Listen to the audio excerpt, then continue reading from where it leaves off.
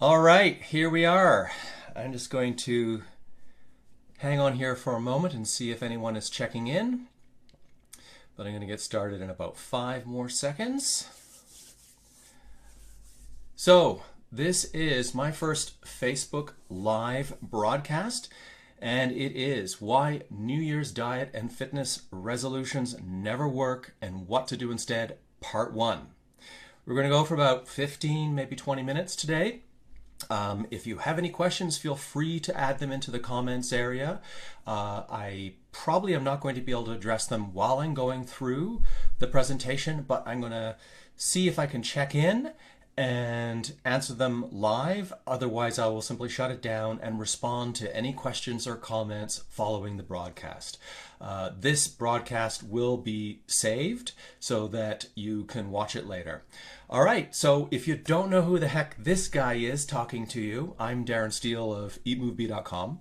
I'm a nutrition, fitness, and life coach. I'm the author of Cook a Week of Meals in 4 Hours and the forthcoming book, The 4 Pillars of Wellness, which I hope to have published on Amazon sometime in February of this year. So what do? I offer transformative coaching to people from all over the world. Maybe they've just been trying one diet after another, one fitness program after the other. Things just aren't working for them. And they're finally looking for someone who can go deep and help them get the results that they've been so desperately trying to get.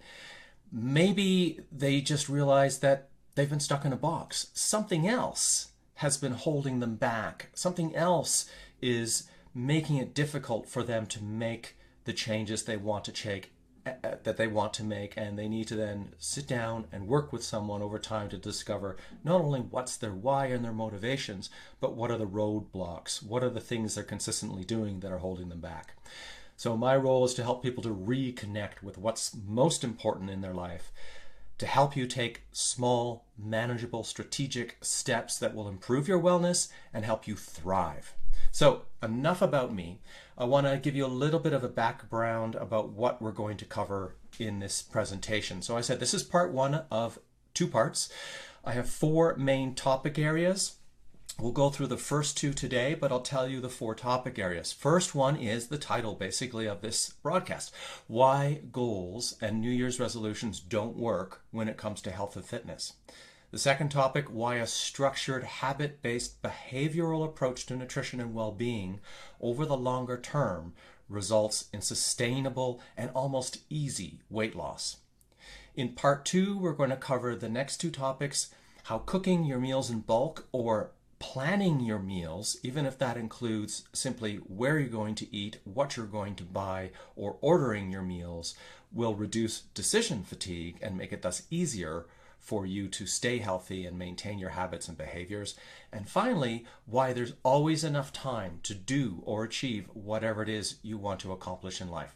All right, so let's get into the meat of the seminar here. Number 1 topic, why goals and New Year's resolutions don't work when it comes to health and fitness. Quite simply, you need instead to focus on the better skills, the behaviors, and the habits. And these are the things practiced daily or repetitively throughout the week that are going to help you achieve your health goals. So it's really easy to set up a goal and say something like, well, I want to lose 15 pounds this year, or I think I want to start going to the gym 3 times a week. But how do you do that? Well, maybe you browse online and you get some diet, or your sister or your best friend said, oh my God, I tried this diet. It was amazing. It worked for me. Maybe you try it and you just don't get results, or maybe it makes you feel like absolute crap, or maybe you go on the diet and worst case scenario, you start actually putting on more pounds. Maybe you try a program, some sort of a workout that some 22-year-old muscle-bound hot-looking guy on Instagram or hot-looking gal with an 8-pack says, this is the program you can do, but you're 45 or you're 50, and then suddenly you hurt your shoulder. So what happens? How did these experiences in the past actually work out for you if you've done anything like that? Most people I know just eventually give up for different reasons. Life gets in the way, or they haven't seen much or any progress at all, and they lose willpower and motivation to continue. So what's often missing here from this goal design process, or from choosing the goals like I want to lose weight or I want to work out, as I've said before, are the habits that you need, the skills you need to develop that will give you that success. So the next question is almost rhetorical. What does a habit-based approach look like? What does a habit-based approach look like? Well, first, you want to break down what you want to do, and that would be your goal. And let's say it's to lose weight, lose 15 pounds. So you want to break down that goal of losing 15 pounds into skills, into skills, and then develop those skills into daily actions. And the more you improve and build your skills, the more likely you are to achieve your goals. So if your goal is, I want to lose 15 pounds in 3 months, say, that is a measurable outcome. Now, we can't control the outcome, but what we can control are the projects, the tasks, the actions, the behaviors, and the skills we're going to do. And if we look or map out over 3 months, what are we going to do on a daily basis? What are we going to do on a weekly basis in order to lose that 15 pounds? We have a better chance of succeeding. And it's a very large picture. It isn't just the willpower to lose 15 pounds. It'll be a series of habits and behaviors such as what you eat, how much exercise you do, how often you allow yourself to have a treat within your diet plan or within your eating plan. And those things practiced with consistency are going to give you the results. Now, this might sound counterintuitive or almost blasphemous, but you don't have to be on a diet to lose weight. I'm going to say that again for effect.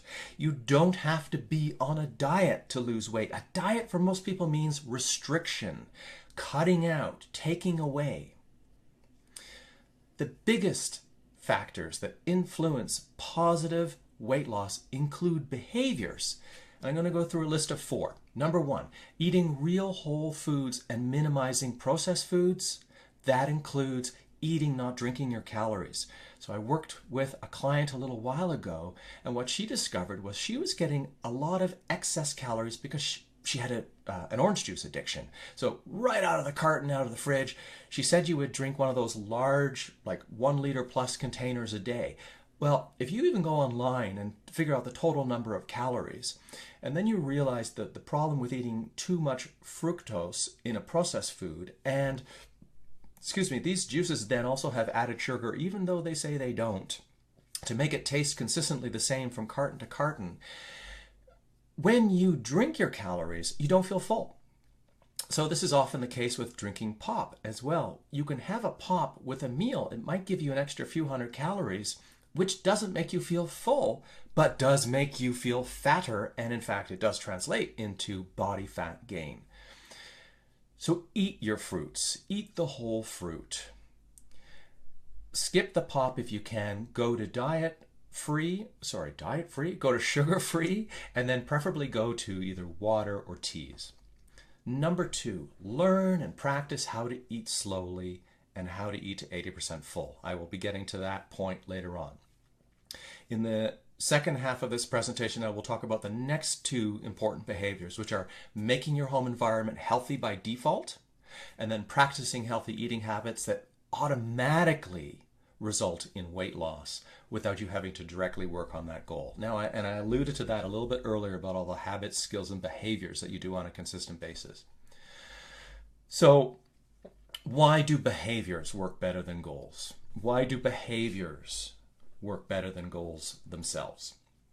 When you practice healthy habits with consistency, you will increase the skill set that support health improving behaviors and long-lasting routines. Now, what this means is it makes achieving your fitness and weight loss goals not only realistic but much easier. And habits and behaviors are essentially the missing ingredient to achieving your health and weight loss goals. Another very important factor in behavior development and positive behavior development is knowing what the reward is. So if you figure out your goal, let's go back to the 15 pounds of weight loss in 90 days, and you figure out how you need to eat, the behaviors you need to do and such, you're still not going to get much success if you don't have a reason for doing these things, if you don't have some sort of a reward. So to make it easier to continue the practice of your new health habits and behaviors, you need to establish a system of rewards. And you need to have a system in place so that you understand what the benefits of doing this or these behaviors are, so that you have that greater chance of success. Essentially, this is a question that you have to ask yourself. Ask yourself, what are the healthy behaviors that I want to create in my life? Now, if you have a piece of paper in front of you, or if you've got a notepad open on your computer, write down this question. What are the healthy behaviors that I want to create in my life for 2017? Just make a few notes, the first things that come to the top of your head. Don't worry, these aren't goals yet. These might be things that you actually want to work on, and you might, if you want, share this with me in the comments section. Now, to make those behaviors, to give them potential, to give them meaning, to connect emotionally with them, you need to associate a reward. Now, it could be an intrinsic, meaning coming from inside, something that you value inside of yourself, or it could be something outside of yourself, some sort of a physical or an activity-based type of reward. So let's say you want to create the healthy behavior of eating more vegetables. What's the reward for eating more vegetables? Now, some people are going to say, you're kidding me, right? There's a reward for eating more broccoli? My God. I had a session with a client a little while ago, and she hated vegetables. Now, her story was that I guess she grew up not eating a lot of vegetables. She actually had anger around eating vegetables. She said, I tried this recipe and I hated it. It was gross.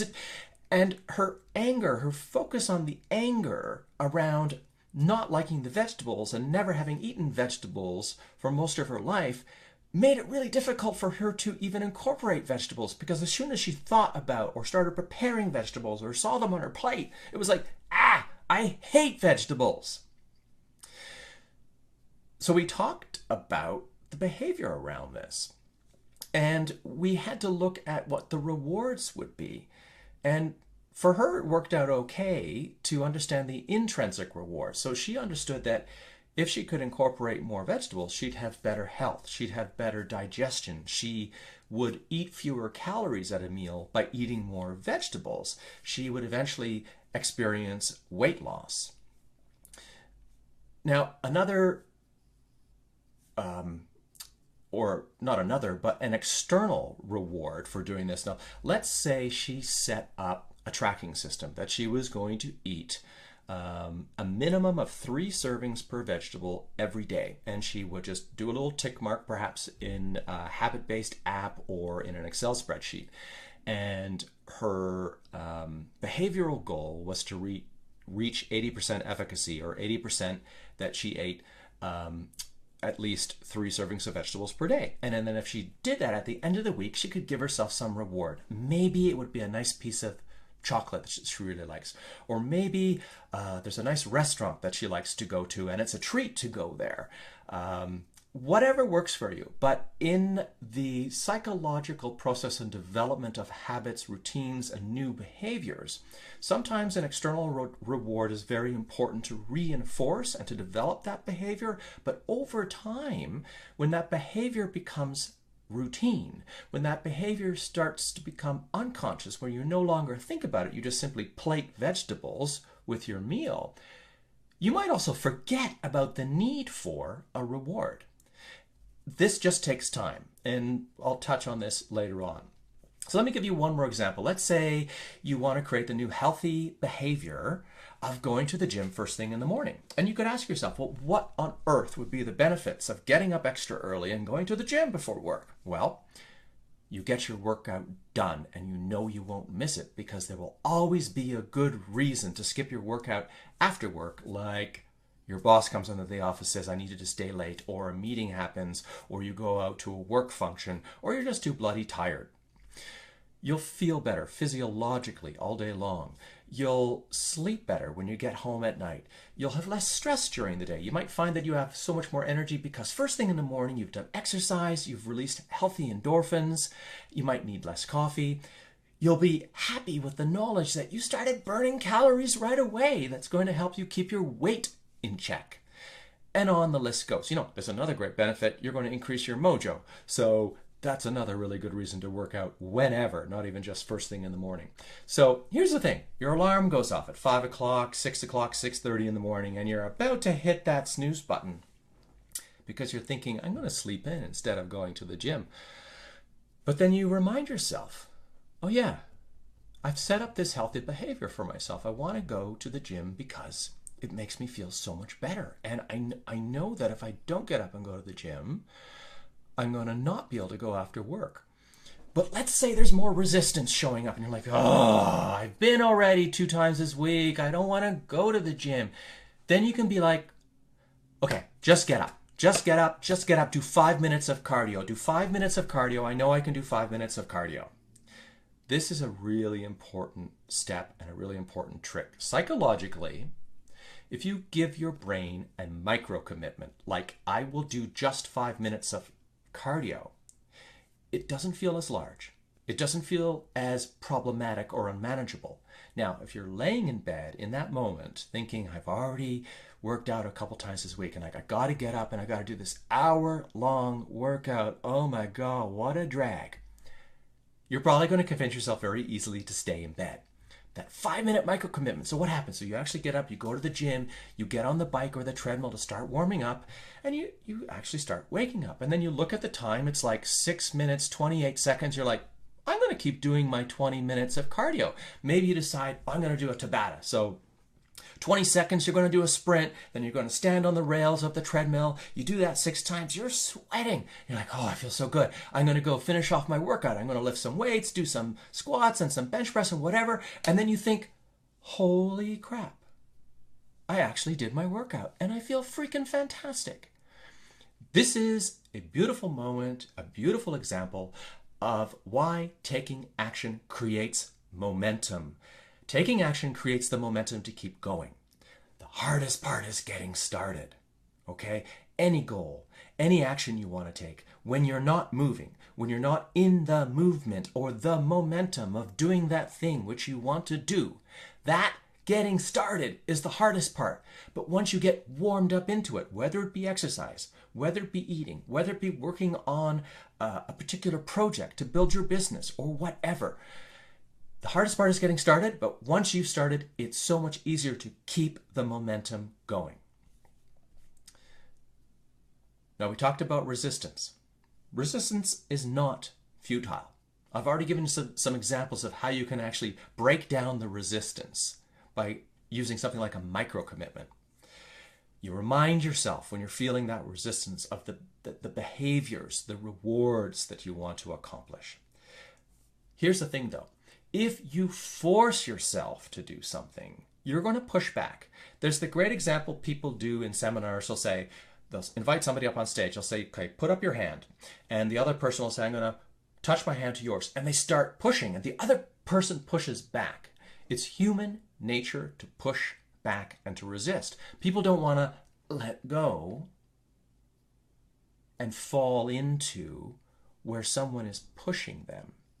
So you don't want to push yourself. You don't want to force yourself. You don't want to deprive yourself. You don't want to make it difficult for yourself. You definitely want to get clear on why you're making these choices, how they're going to benefit you, and focusing on the small tasks, the small habits, the small behaviors. And what I just thought of now that I didn't actually include in this presentation was being able to track, being able to review on a weekly or a bi-weekly basis what you've accomplished, so that you can see you're moving in the direction towards your goal. So practice does not make perfect, but practice makes for improvement. Practice every single day the habits and behaviors you're working on. Now the thing is, if you continue to resist, that resistance is going to persist. The more you push something away, the more force you give it to come back at you.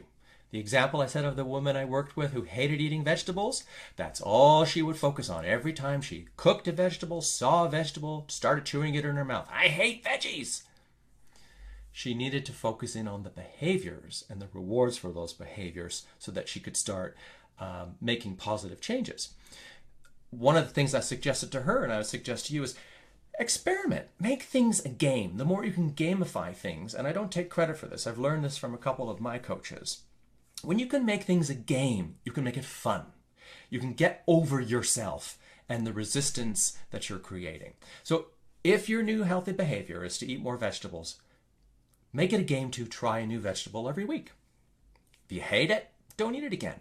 Or try cooking a vegetable in a way you have never done before. Or use different seasonings. Or if you always boil it, roast it or steam it. Or add it to a stew or a soup so that it's mixed with other things and you don't actually taste it directly. There are so many ways that you can do something differently that you might not have done before. When it comes to physical activity, if you don't like working out, then find something else. If you do like working out, create variety in your week. Do high intensity interval training one day. Do a Tabata the other day. Do a circuit. Do shorter workouts if you don't have a lot of time, but with more frequency in the week. Maybe lift 2 days and alternatively go to yoga or a class or go for a hike or a walk or cycling or play squash. In the summer, if you're gardening, that's still activity. Do things that you love that get you moving. Don't think that it just has to be within a gym. So we're coming to the end here, and I want to give you some things that you can actually use in practice starting today. These are some effective habits to help you develop better eating and nutritional skills, which will lead to improved health and fitness. So I'm going to give you 4 habits that you can work on. Number 1, learn how to eat slowly. If you take only one thing from today's presentation, and I should have added in here, drink water. If you only take one habit to practice from today's presentation, this is probably the most important one. Whatever your health, whatever your weight loss or lean muscle gains are, we are so busy running around all the time, not paying attention, not present, distracted by our smartphones and emails and urgency, maybe eating while we're working. I'm just as guilty of this. But the more you can learn how to eat slowly, the better you can improve your health, your digestion, and the easier you can make it for the body to stop dropping pounds. Start dropping pounds, not stop dropping pounds. So how do you do this? Use the fork down for 5 minutes technique. So let's say you've got a plate of food. I would suggest be mindful. Do try and eat more slowly. And one of the ways of doing that is when you put the food in your mouth, you actually put your fork and knife down, chew it all to completion, swallow it, and then take another bite. When you've finished half of what's on your plate, put your fork down and set a timer on your phone, on the microwave, I don't care. Set a timer for 5 minutes. If you're sitting alone, maybe, I don't know, read a book, or if you're with family or friends, have a conversation. When that timer goes off, literally, like, put your hands on your body, put your hand on your stomach, and feel. What does that feel like to you? Do you feel like you're still hungry? Are you maybe still gurgling? Do you feel that your energy levels are still low? And if that's the case, eat some more. If you really want to take this practice further, then only eat another half of what's left on your plate and do the 5-minute technique one more time. Now, what you're doing here is you are creating awareness. Not only you're eating more slowly, so you're first breaking things down in the mouth and you're slowing down, you're giving yourself more time to chew, which makes it easier then for you to digest. But you're also taking the time that your body needs to signal back up to the brain that you're getting full. So our stomach does 2 things. One, it expands and the muscles expand to allow for the filling of the food that's coming in there. And then the hormone ghrelin goes up to the brain and says, I'm getting full. If you gobble down your food in 5 minutes, you could potentially eat more than your stomach is able to handle. And that's when you feel uncomfortable, bloated, gassy, or maybe even develop indigestion. When you give yourself that time to become aware for the body to signal up to the brain that you're getting full, you have the potential to only eat what you need. And that's important. When you get present with how much you're eating, you give your body the potential to only eat what you need. All right? Connected to this is learning to eat to 80% full.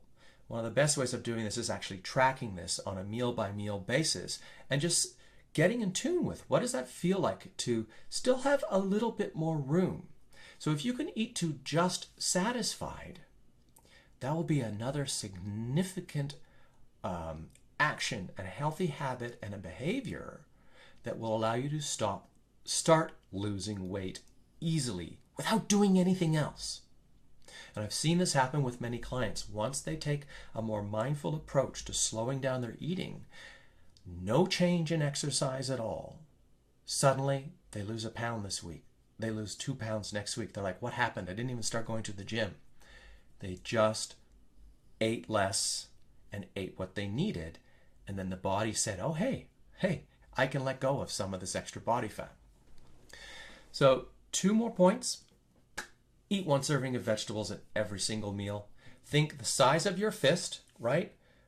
Male or female, just use the size of your fist. Men, maybe try and eat about 2 fistfuls of vegetables or fruit at every single meal.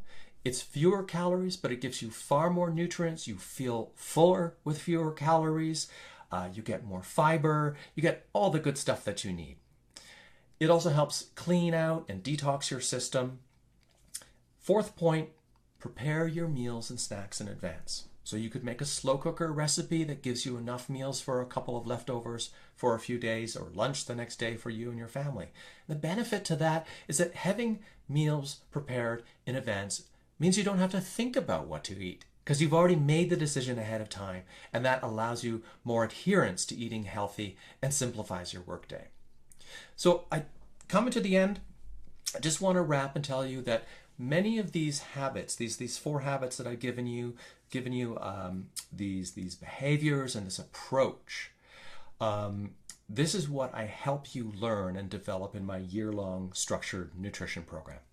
Each habit is practiced for 2 weeks, and it's built upon with daily lessons so that you can master that habit and slowly improve your health just a little bit every single day. Because we've probably all experienced trying to do too much at once in whatever it is, in getting a project done, or in trying to achieve too many goals, or trying to do too many new habits at once. You fail because you can't put enough focused attention to do this new practice well.